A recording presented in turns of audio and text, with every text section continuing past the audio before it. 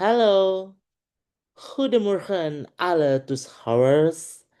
Hoe het met jullie vandaag? Aduh, udah lama banget saya nggak ngomong pakai bahasa Belanda sejak ibu saya sudah menjadi almarhumah. Karena dulu memang saya belajar apa ya sedikit otodidak lah bahasa Belanda percakapan dengan beliau gitu ya. Oke, kembali lagi dengan saya Apoteker Ananda Muhammad Nafi, Sarjana Farmasi. Apoteker dan guru kepercayaan masyarakat Indonesia. Widih, makin bahasanya udah kayak news anchor banget nih kan. Bagaimana kabar hari ini? Jadi tadi arti bahasa Belanda itu selamat pagi. Bagaimana kabar kalian hari ini? Sehat? Udah mau puasa Ramadan? Tetap harus semangat, harus prima ya, harus fit. Buat kaum ikhwan dan akhwat yang masih ada hutang puasa, ya, segera dibayar loh ya. Next week kita udah puasa. Ya Allah udah nggak sabar banget apa menjalani ibadah Syam Ramadan nih selama 1 bulan penuh ya dengan berbagai keberkahan, dengan berbagai amal-amal yang bisa kita lakukan di saat bulan Ramadan. Setan-setan dikerangkeng, diikat di neraka dan bisa maksimal dalam ibadah. Wah, video-video sebelumnya saya sudah membahas nih tentang dua subtes dalam UTBK. Yang pertama pengetahuan kuantitatif, lalu yang kedua adalah penalaran matematika. How is it? Gimana? Pusing? Udah nguar asap? Ada lah liur, udah pusing, udah keret itu kali kepala ya. Harus ngapal ini rumus matematika opo sih? Yo opo iki nggarap matematika iki kepiye kok iso koyo ngene rumuse? Kok iso koyo ngene rumuse? Tenang, namanya belajar matematika itu harus terbiasa dari sering ngerjain soal. Kalau ngelihatnya udah pusing, berarti belum dibiasakan mengerjakan soal, ya kan? Saya jujur juga pusing ngerjain matematika, cuman kalau terbiasa mengerjakan soal, kemudian flashback atau melihat buku-buku matematika, oh nih rumusnya nih pernah diajarin guru SMP dulu, atau guru SMA, atau bahkan guru SD. Nah, hal-hal seperti itu sebenarnya bisa loh kita kita buka nih memori kita dulu belajar apa, oh diajarin guru begini gini gini. Nah, tuh pasti akan remember gitu ya, akan mengingat kembali, oh kita pernah diajarin seperti ini. Nah, ini LBI sekarang kita bahas literasi bahasa Indonesia. We are an sorry. We are an Indonesian citizen. Kita semua adalah warga negara Indonesia. Apakah bisa mengerjakan LBI sebagai identitas kita warga negara Indonesia? Oh, belum tentu. Ya, nggak usah muluk-muluk.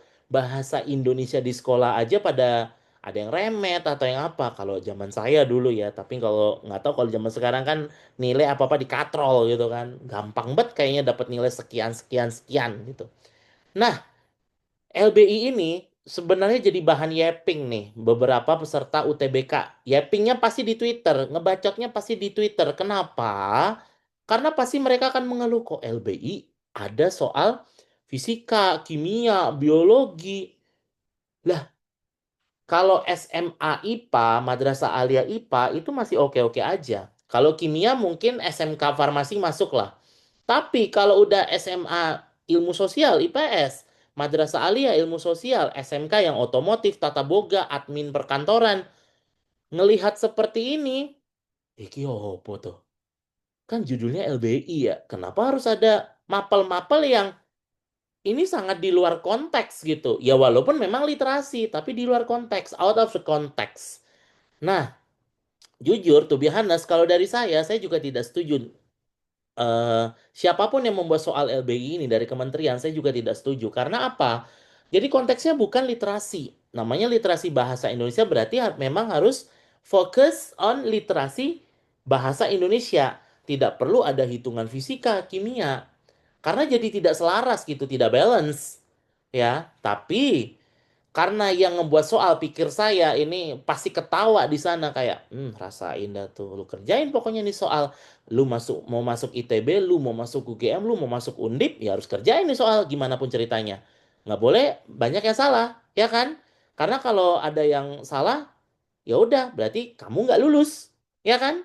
Tidak mencapai skor UTBK yang memang menjadi standar untuk masuk jurusan yang ingin diambil. Ya, jadi ini mau nggak mau, suka nggak suka, ya memang harus dikerjain. Dan juga menurut saya, namanya mempelajari ilmu itu harus holistik, harus menyeluruh. Karena apa? Contohnya gini, kita menyelam di laut. Menyelam itu kan pasti melewati permukaan, ya kan? Nah, kita ingin melihat ikan Nemo, melihat gurita, melihat sotong, melihat apa? Ikan apa sih? Ya kayak cumi-cumi atau ikan paus sekalipun atau ikan hiu sekalipun atau ikan beluga sekalipun pasti kan harus menyelam di kedalaman-kedalaman tertentu. Semakin dalam dan harus ada standarnya manusia bisa menyelam, itu kan kita akan menemukan keindahan yang ada di laut itu. Ya kan? Sama halnya kita belajar. Belajar itu harus holistik. Karena ketika kita menekuni suatu bidang atau kita mempelajari suatu bidang, kalau cuma dipotek separuh, separuh, separuh, separuh, separuh, itu nggak maksimal. Itu kalau menurut saya. Terserah kalau menurut kalian ya. Karena kalau saya, misal nih, ada beberapa orang beranggapan, berasumsi, ya udah sih LBI itu nggak terlalu ini banget kalau misalnya ingin masuk teknik fisika atau teknik kimia atau farmasi, kedokteran, perawat, ya udah fokusnya PKPM aja yang matematika. Coba deh punya mindset semua itu harus dipelajari secara balance ya. Karena apa? Kalau balance itu akan lebih enak. Karena mempelajari apa tes UTBK ini sebenarnya untuk bekal kalian ketika nanti kuliah. Ada loh bekal seperti ini. Kalian belum nemuin aja. Nanti someday kalian akan nemuin, oh yang kalian pernah pelajari ternyata pernah jadi uji apa soal di ujian UTBK. Ya, itu kalau menurut saya. Oke? Nah, langsung kita sekarang ke soal LBI. Wah, ngelihatnya udah muak kali ini ya. Dari bacaan udah ketahuan. Ini udah ngomongin kimia, ya. Udah ngomongin kimia. Oh, udah muak kali nih ngelihatnya, ya kan? Kalau SMA IPA, MA IPA, SMK Farmasi mah tersenyum ini. Yang IPS, aduh, wow, wow, alam bisawab hanya hanya Allah yang tahu lah ya, hanya Tuhan yang tahu ya. Udah nggak ada masalah lah. Yang penting saya akan memberikan trik-triknya supaya mengerjakannya akan terlihat lebih mudah. Oke? Nah, seperti yang saya bilang, bacaan ini terkait dengan kimia. Kenapa? Karena ini di sini udah ada senyawa nih, ya kan? Ini kalau dijabarin CH3, CO, OH. Karena O-nya 2, berarti ini O-nya 2 di sini. Nah, berarti di sini juga O-nya 2. Ya, jadi ini masuk kimia karena udah ngomongin senyawa, ya, reaksi yang ada di senyawa itu, ya kan? Udah ngomongin asam asetat, ya kan? Asam cuka, asam asetat, ini nama lainnya ya. Kemudian H plus ini adalah ion asam, ya. Jadi asam itu H+. Ini saya bikin.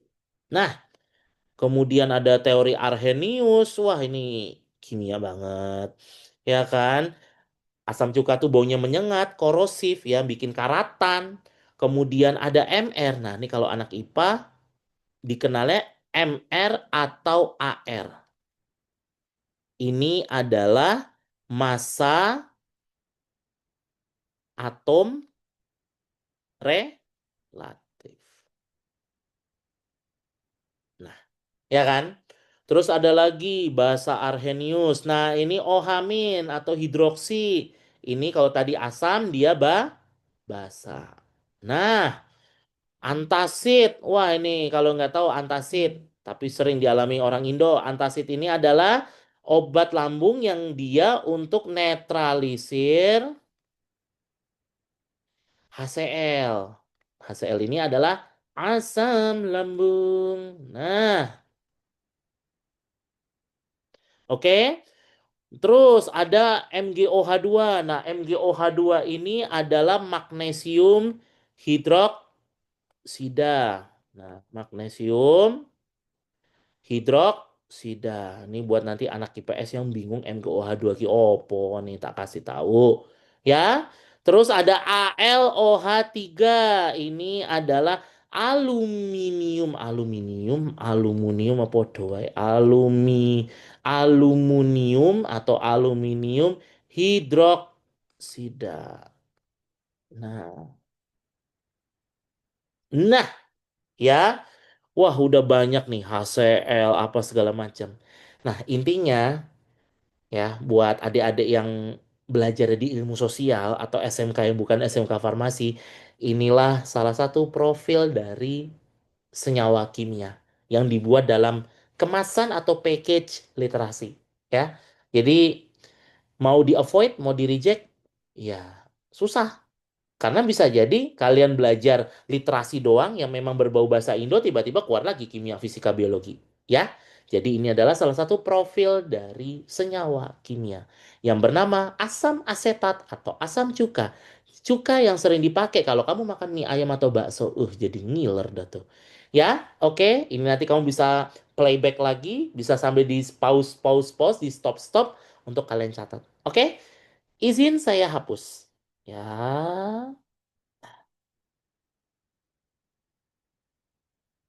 Udah ngelihatnya aja udah pusing, ya kan? Makin pusing, makin pengen makan.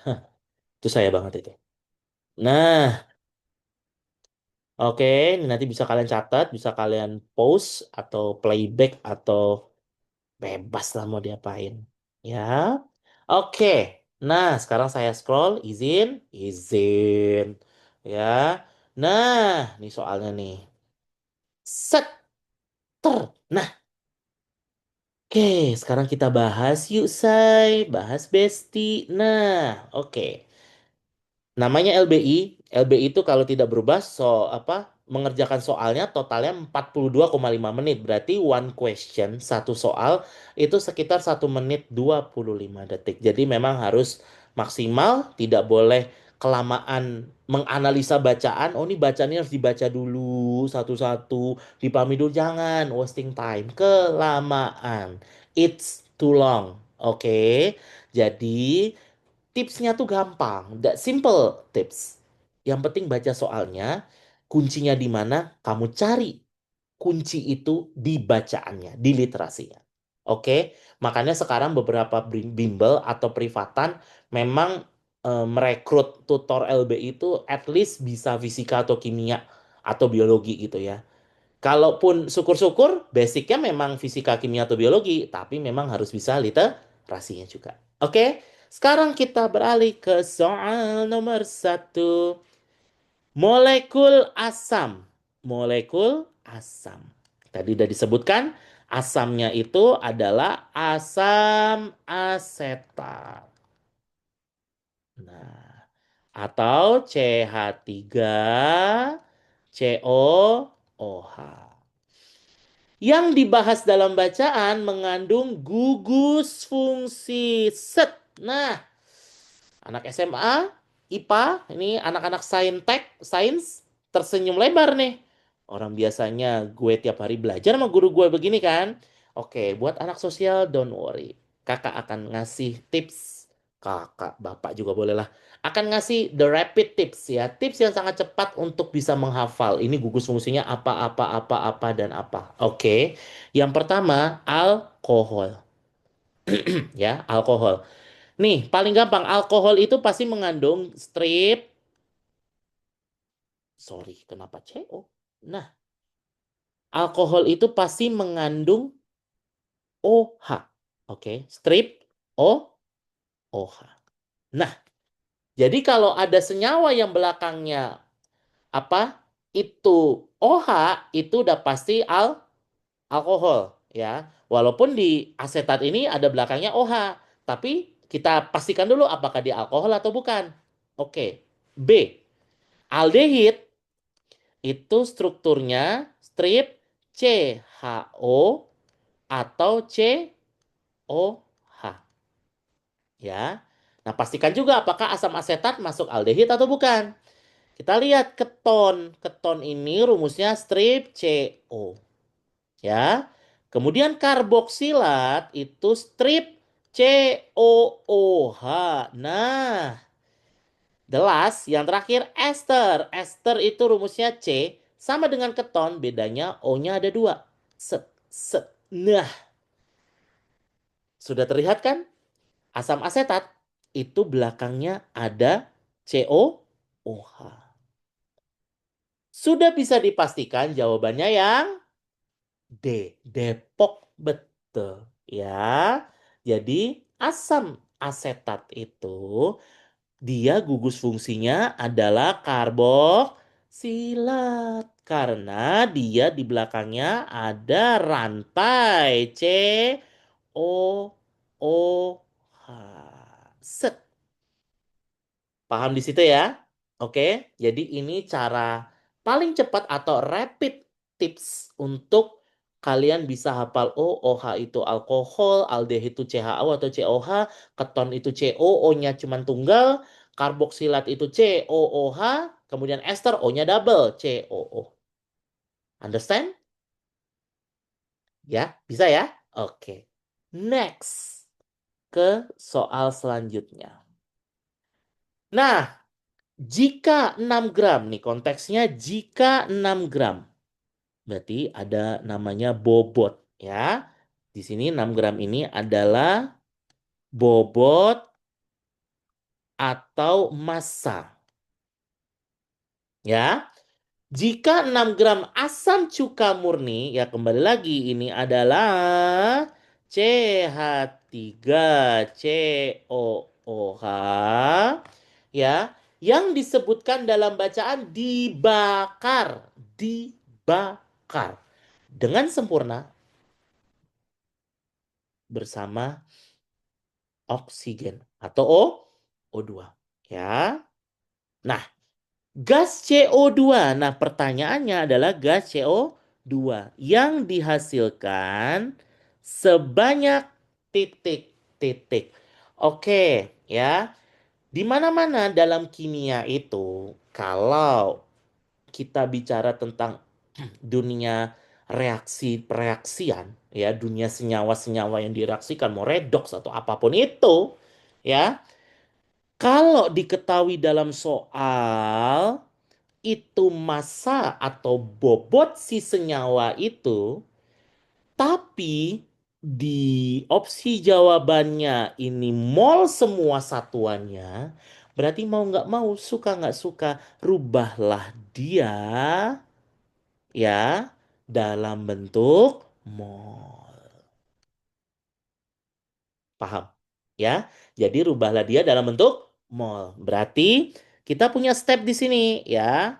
Step pertama ya mencari. Nah, mol CH3 COOH murni. Ini step pertama. Nah, ya. Caranya gimana? Nih anak IPA udah tersenyum aja nih. Nah, mol dalam kimia, mol itu rumusnya gram per mr atau AR-nya. Ya kan? Jadi massa relatif atau si atom relatifnya itu. Tapi paling gampang saya akan nyebutnya MR ya karena memang keseringan pakai apa kalau di soal-soal tuh MR kayak kalau AR tuh kan misal ARH berapa, ARC berapa, ARN berapa gitu ya. Oke, nah sekarang kita masukkan ya di sini gram itu biar kalian tahu ini di sini adalah bobot CH3 COOH murni.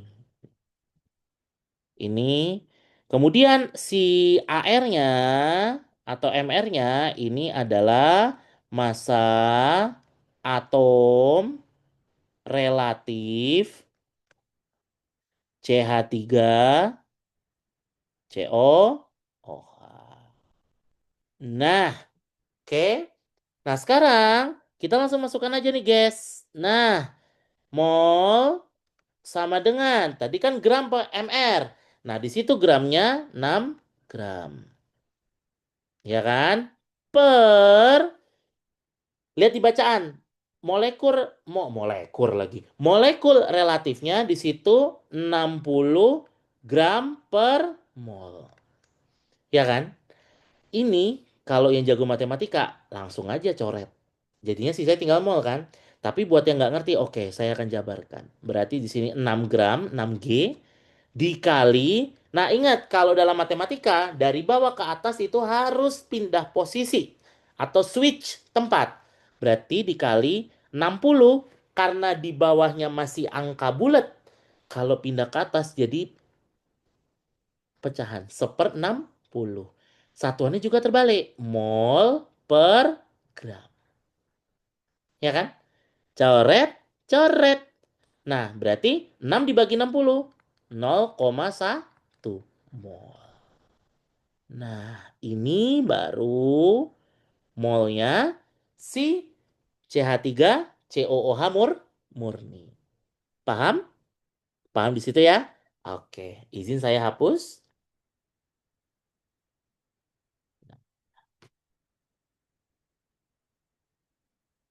Udah ketemu nih 0,1 mol, ya kan? Nah, sekarang karena di situ pembakaran berarti step 2 ya, penyetaraan reaksi atau RX pembakaran.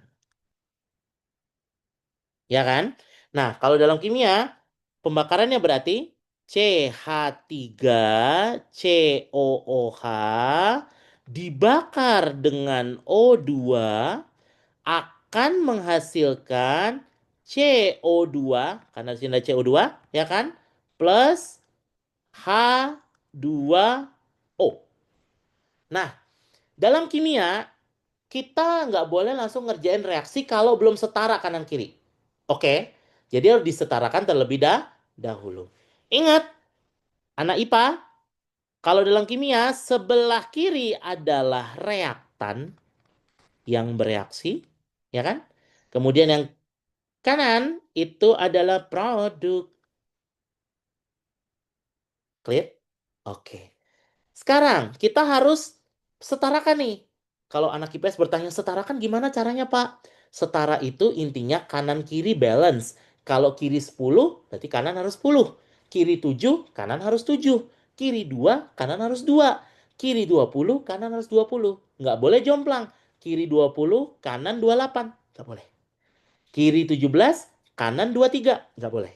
Ya, jadi harus sama, harus balance. Oke. Nah, sekarang cara menyetarakan reaksi paling gampang. Ini kan ada 3 unsur. C, H, O. Ya. Kita harus lihat apakah angka di kiri dari tiap unsur itu sama dengan angka di sebelahnya, di tetangganya. Begitu juga sebaliknya. Ya. Nah, buat kalian yang lupa atau memang belum ngerti sama sekali penyetaraan reaksi atau mungkin ngeblank atau aduh nih gimana nih lupa-lupa nih caranya nih kan? Gampang, tenang aja. Nyetarain reaksi itu urut aja, jauh lebih enak daripada kamu nyetarain random. Kalau udah jago, random nggak ada masalah. Tapi kalau lupa, mending urut. Oke? Sekarang kita lihat.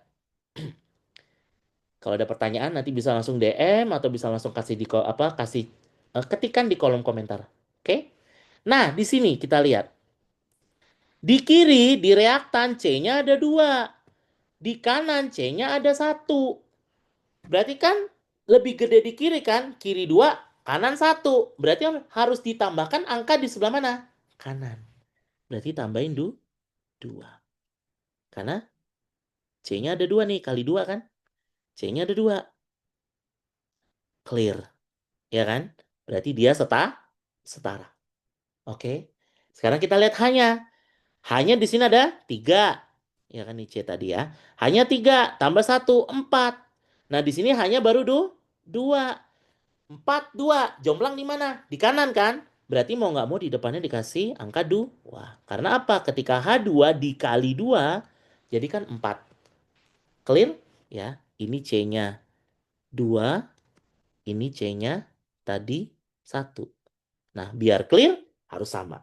Begitu juga dengan H. Di sini hanya ada 4, di sini hanya tadi 2. Makanya supaya balance atau sama dikasih 2 di sini. Maka H2 dikali 2, 4. Setara. Clear? Ya, berarti si hanya ini clear. Oke. Nah, sekarang kita lihat O. O-nya berapa? Di sini ada 2 tambah 2, 4. Ya kan? Di sini ada berapa O-nya? O-nya 2 kali 2, 4. Sama di sini ngikut. Tambah 2, 6. Wah, berarti jomblangnya di produk nih. 6 lebih gede, sebelah kanan, di kiri malah 4. Berarti kita harus nambahin di kiri. Angka 2. Ya kan? Supaya tadi kan 4 nih awalnya. Tambah 2. Kan jadi 6. Ya kan? Ini juga sama. O-nya 4, tambah 2, 6. Clear. Berarti reaksi ini ya sudah setara. Saya tambahin di sini. Setara. Paham? Itu baru reaksi. Ya, oke. Jadi bisa dipahami di situ. Ya. Nah, izin saya hapus. Nah, ketemu nih. Sebelum saya hapus, ketemu CO2-nya. Nah, kalau dalam kimia, sambil diingat-ingat, angka di depan, ini namanya koefisien. Nah, ini juga sama. Ini juga sama. Set, set. Koefisien. Nah, kalau nggak ada angka di depan, berarti dianggap berapa? Berarti koef-nya dianggap sah? 1. Kalau ada angka misal 7O2, 3/4, 3/2O2. Nah, berarti ngikutin koefisien, ngikutin dari ada atau tidaknya angka di depannya. Ya. Oke. Sekarang saya hapus. Set. Nah, step 2 udah ketahuan nih. Ketemu CO2-nya dengan koefisien 2. Nah, sekarang pertanyaannya di situ gas CO2 yang dihasilkan. Berarti ada step 3. Nah, berarti di sini step 3 mencari mol gas CO2. Nah, ingat-ingat tadi CO2-nya kan 2 CO2. Berarti konteksnya di sini koefisiensi CO2 itu ada 2. Nah, koefisiennya 2. Berarti cara cari molnya, mol CO2 sama dengan tadi mol CH3 COOH murni dikali koefisien si CO2. Berarti sama dengan tadi molnya kan 0,1 mol. Dikali 2. Maka jadinya 0,2 mol. Paham? Paham semua ya? Jadi nanti bisa di pause-pause atau di playback lagi. So, saya akan tandain jawabannya di sini adalah 0,2 mol. Ini tadi karboksilat. Nah, clear? Oke, paham di situ ya? Ya, jadi ini kalau video ini buat anak ilmu sosial ini bermanfaat banget. Oke, untuk soal-soal selanjutnya nanti tunggu di video selanjutnya ya. Jadi ini biar belajarnya nggak terlalu jenuh dulu, jadi pahamin di basic awalnya dulu. Oke, sampai jumpa di konten selanjutnya. Bye-bye. Have a nice day.